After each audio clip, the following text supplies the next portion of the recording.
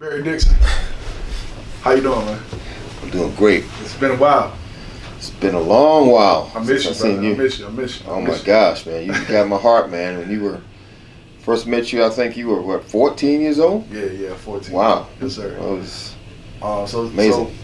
I explained to you pretty much what we're doing with YurpTV, interviewing business owners around the area.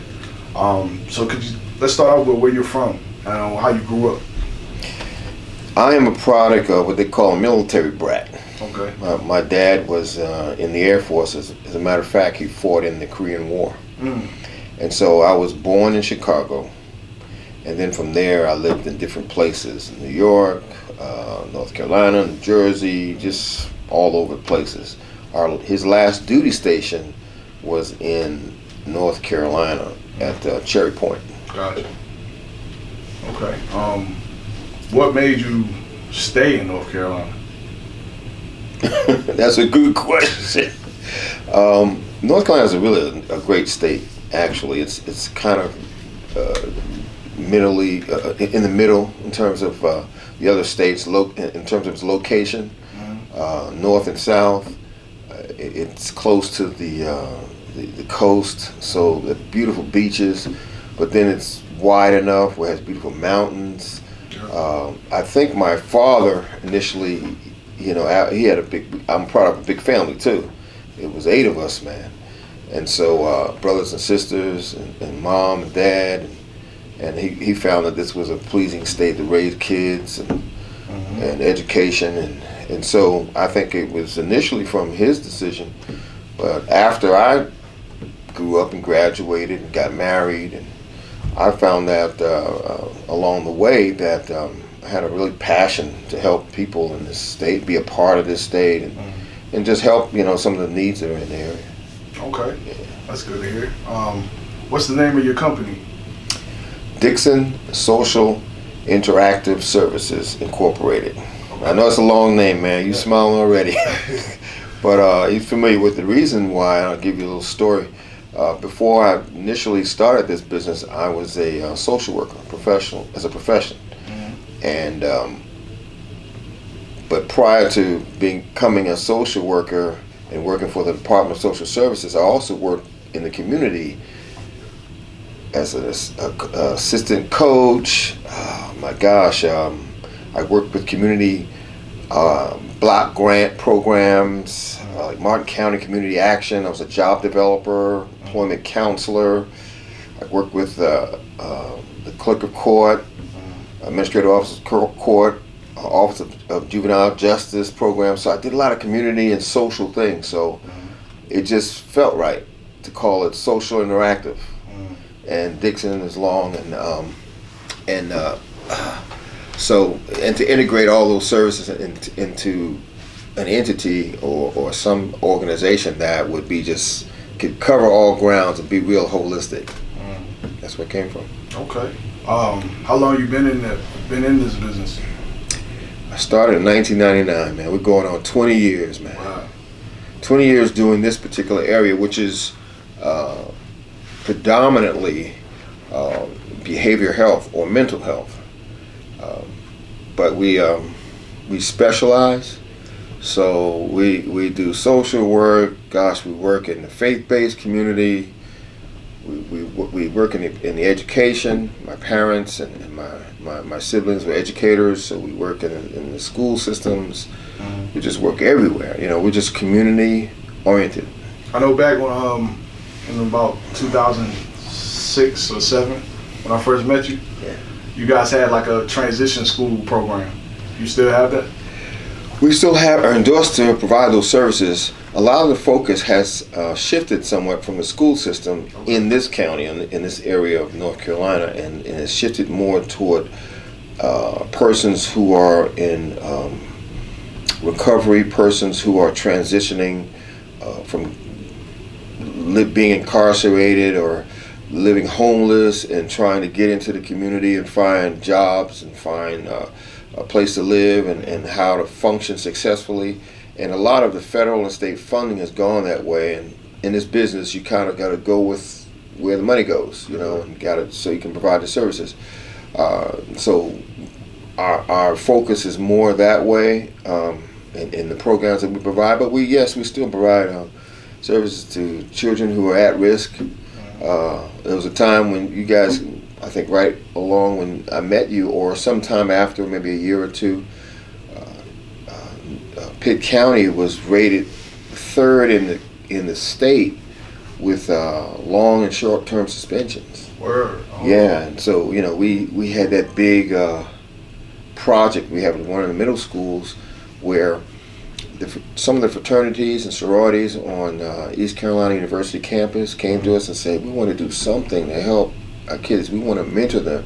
And so we put the program together with the help of the school, and we provided the clinical supervision, and we provided the training to them, and did all criminal checks and that sort of thing. And it was successful. We had some stories that were in the newspaper. One in particular, kid I remember telling me, he said, I would have been dead had I not been a part of this program. I definitely feel like my life would have been totally different if it wasn't for their program. Really? Yeah, man. Wow. I met you guys. I got kicked out of school in 9th grade. Remember, I had a knife in school. And I got kicked out for the rest of the year. Yeah. I had to go to you guys' transition school, and you put me on with them, the mentor, Delarian. Yes. That was the first mentor. Oh, yeah. Yeah. Wow. And definitely my life was heading in a different direction. You know what I'm wow, saying? That's amazing. You remember all that. That's a fact. That's amazing. That's what changed me. I mean, that really helped me out a lot. So that's why, I really respect the program. The more about your business, what were some of the hardships you faced in the beginning with the startup of your business? Wow. There's so many, man. I got so many stripes on my back. I can take a shot. It's all good. But I initially, it's always a money thing. I started this company with $200. While I was obtaining my master's in East Carolina University in school, there was a professor, there was a therapist who came by to our class, and she was a special guest, and she was really good. She was one of the long-term therapists in the county, had been here for years, etc.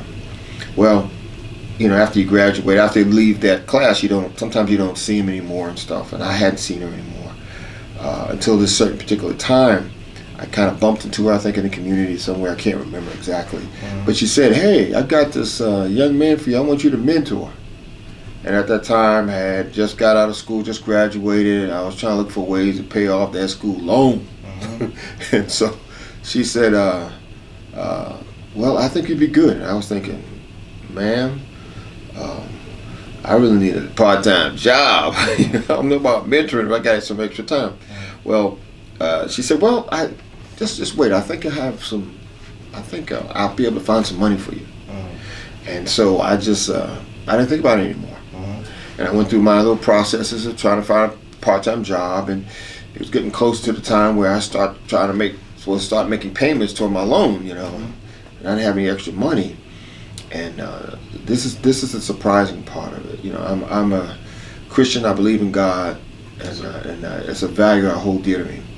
I was walking across a parking lot with some equipment I had to take into a church, and a gentleman was in a truck, and he drove in front of me, and he passed me. He stopped, and he backed up, and he said, "I got something to tell you." And I said, "What is that?" He said, "God told me that you're not gonna have to worry about your school loan. That He's gonna take care of it." Now he didn't know anything. Random guy. Random. He didn't know nothing about. I didn't tell him about no school loan. Nothing. Now, that's personal. Yeah. He said, and I said, he said, "You don't have to worry about it. As a matter of fact, you're gonna have more money than that." And I said, "Oh, okay." I didn't kick it. Kick it away or throw it out. I said, "Okay." And he drove off, and I went in, finished taking the equipment over into the building, and a few days, I think it got down to a couple of months where I had to start making this first payment towards my school loan. I didn't have the money.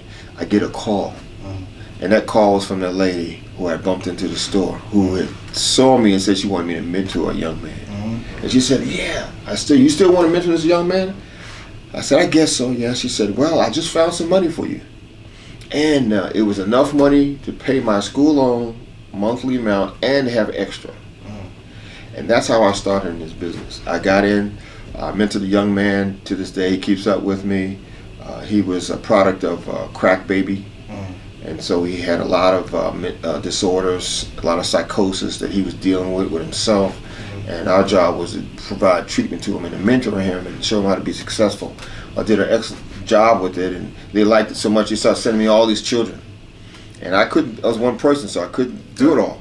So, we went to, at the same time, the whole mental health system in North Carolina was divesting. It was breaking apart. It was formulating into something else. And one of the things it did was went to the private sector. So everybody and their mama and their cousin and brother was opening up shops and businesses to provide these services. And I went to a meeting that, while at that meeting, I met a lot of people who felt like I did, and I asked them were they willing to join with me and let's start an organization and work as contractors, and we can just do what we do, what our passion is, and I could administrate it and lead it, and the rest was history, man.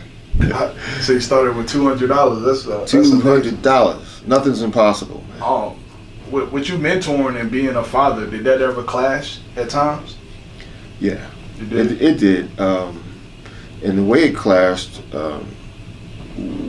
two ways. One is, mentoring takes time. That's right. Because you got to spend time. You got to let a person see you. You got to listen to them. You got to be with them, be in their world. So if you've got a world going on, sometimes your world will get cut. And I had to learn as an early father how to divide my time with my children, my son and my daughter, how to explain to them what I was doing, how to let them see my passion and my heart, and they talk to me about it in their adulthood now, about how they felt and how I did. The other thing was sometimes the mentees would get closer to you than your children would, because maybe they don't have a father in their life. I can see how that would be true. And so they'll get really close to you. And then your children look at you like, well, how is this guy's closer to you than it seem like I am? Or, and I'd have to learn how to communicate to them and communicate to both, to keep the boundaries, but at the same time, don't drop it. You understand what I mean? And sometimes that was a challenge. Gotcha. Yeah.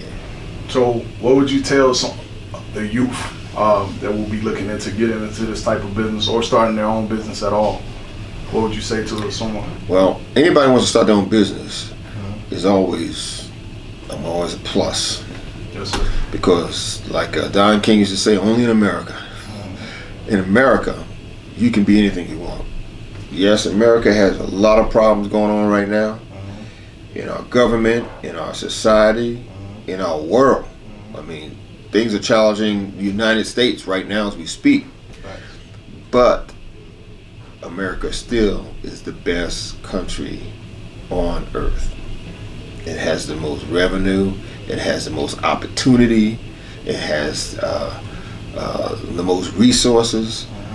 With all the problems we have, racism, sexism, gosh, you name it, ageism, you can go down the list, it still provides that opportunity that you could be whatever you want to be. Whatever you want to be, you can be it. And that's the one thing I used to see out of you, Quasi, was a drive and a determination that no matter what the obstacles were, they didn't hinder you from seeing that you could be what I want to be. You didn't fit in the mold. And I say that to people because it's very easy to get fit in the mold because everybody wants to be accepted. Nobody like to be alone. But it takes courage to be alone. But it also takes courage to be on top. And that's how you get on top. You don't get on top of the group all the time. That's true. You get up there alone. And then you start influencing people, and then people start following you. That's true. Because they see leadership in you. They want what you got. And you can do things with them, help them. Have you ever experienced any racism in your line of work? What? Are you kidding me? Man, well, this guy probably be treated better than I am. So, yes, there are people in this business. There's people in this state, in this county, in this town, who, God bless them. Like the Bible says, forgive them for they know not what they do. That's right. They don't understand how they've been affected and how the whole concept of looking at somebody and judging them on the color of their skin and not their character. That's right. Is wrong. They don't understand that because they have been socialized to feel that they're, and brainwashed, that they're better. They're socialized, they're brainwashed, they're conditioned to feel that they are supreme over another group, that they are better. I've read some stories where even back, and this is a little history, but in the time of slavery, some of the plantation owners and those who owned large numbers of slaves, you were considered real wealthy if you had 20 plus slaves. If you had 10, 9, which most people had about 10 or 9, you weren't considered a wealthy planter. But there were some who had hit that line, 20 up to hundreds and hundreds. And they were the ones who really started formulating the whole concept of supremacy, inferiority, and superiority. They would even believe that African Americans had smaller brains than Caucasians. Do you believe that? No. You almost caught me there, man. But I said no, I don't believe that. There's no scientific evidence to support that. There's no biological evidence to support that. Yeah. But people come up with things to support their feelings, and the same has happened in mental health. They come up with things. We've heard leadership say, people in high office say, we're going to put all you out of business, meaning all minorities, Spanish companies, African American companies, Asian, anybody. All y'all going to be out of business. They've said that. We've heard things like that. And other things, making comments. It's just putting obstacles in your way that normally wouldn't be in the way of your white competitors or counterparts. You know. So how do you keep pushing in something like that? What gives you that drive to keep moving? Like, ignore it and keep. How does that work for you? The drive comes from God in me to do the right thing and to treat people truthfully. And I say truthfully, if you're wrong, you're wrong. And if you're right, you're right. I'm not to say that people don't make mistakes. People always do, and they always will. But the truth is that no matter need fills everybody's pocket. Need hits everybody's world.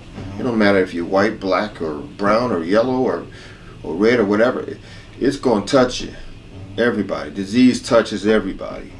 Poverty touches everybody, and we all need each other to get ahead. So that mindset keeps me focused. And I think I read a lot, I meditate a lot. What's some of your favorite books? I learn a lot. Some of my favorite books. Whew, wow. Property is a good book. Who's the author? I'm trying to think the name of the author. It was on National Public Radio. You can Google it. Property. Okay. That's one. I like Literary Works by Langston Hughes, Odie Combs. I like things by James Baldwin.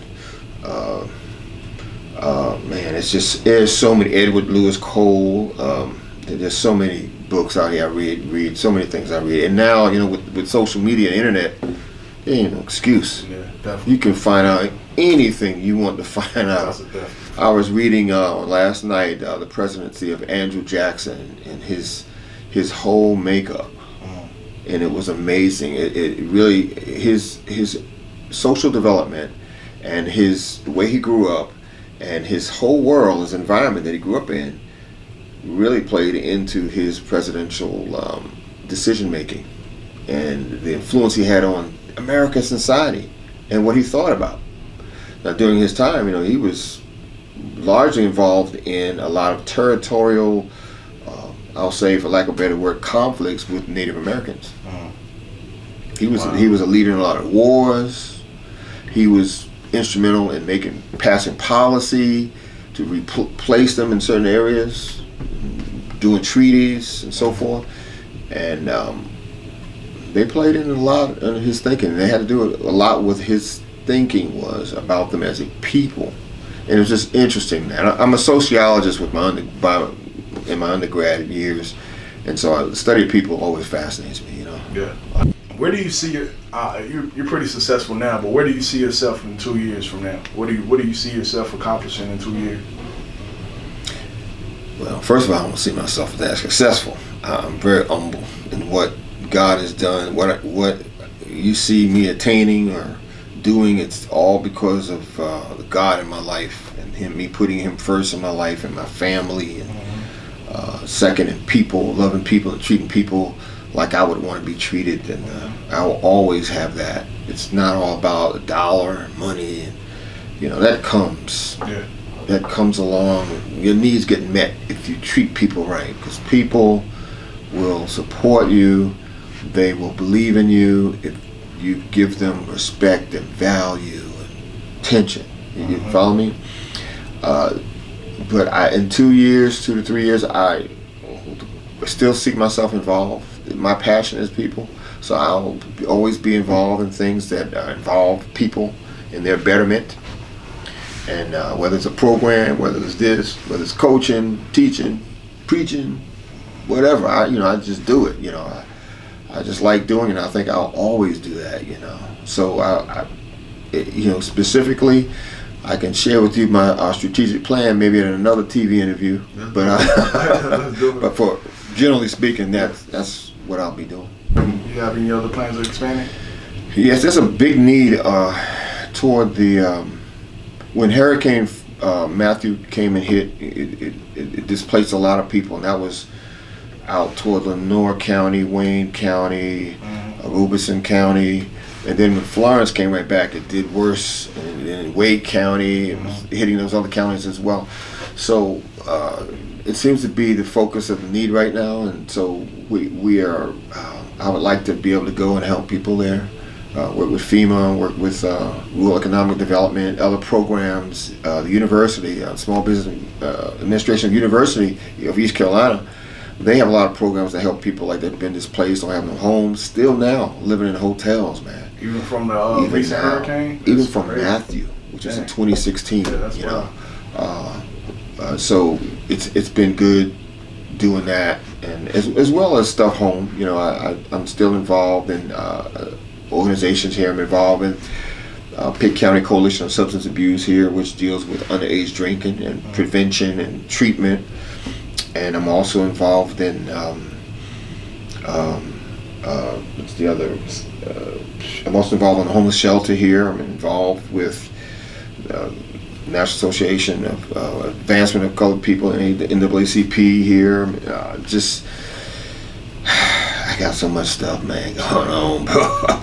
I just like being involved in the faith-based communities and seeing what they do, getting churches to come out of the pews, man.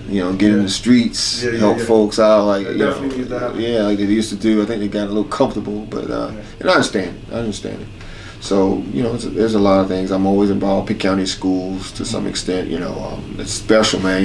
Working with kids has been my heart, man. Like you, kids who don't get an opportunity or get looked put in a category because nobody addresses their behaviors, or who can address their behaviors and their needs. They get put in a category, and now these are talented people who have really got quick, and just need somebody to say, hey, let me steer that a little bit, let me help you, let me support you. That's right. That thing is dear to my heart too. So those are some things I continue to do.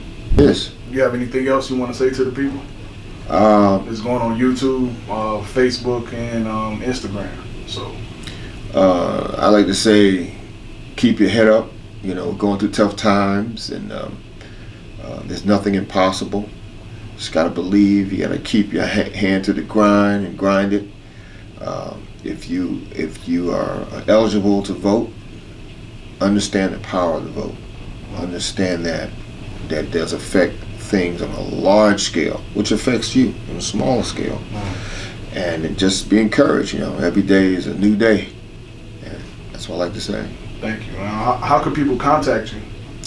Our corporate office is in Greenville, and the number is 252-353-0100. My administrator, Sherry Bullock, would be the one who would be the first one to pick up the phone. She'll talk to you. She's sweet as she can be. All right. Help. This is Barry Dixon, and you're watching YurpTV. Hey, Yurp.